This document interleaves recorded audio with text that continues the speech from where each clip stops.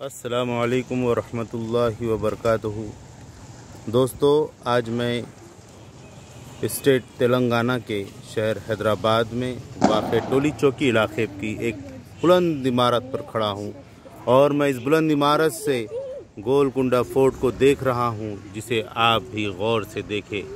इस किले को फ़तेह करने के लिए औरंगज़ेब रहमतुल्लाह अलैह इस शहर में आए थे और जहाँ नेहरू ज़ूलॉजिकल पार्क बना हुआ है, वहाँ पर उस ज़माने में जंगल हुआ करता था।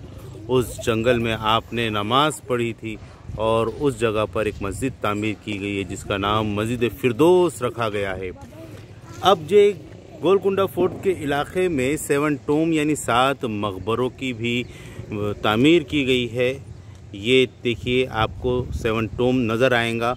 ये 7 टोम की 7 टोम आपको मुसलसल तसलसल के साथ यहाँ पर खड़े हुए दिखाई दे रहे हैं। शहर हैदराबाद में घूमने की बहुत सारी जगहें हैं जहाँ पर आप आ सकते हैं और यहाँ की खूबसूरत कदीम इमारतों को और यहाँ की म्यूज़ियम्स को देखकर खुशी महसूस कर सकते हैं।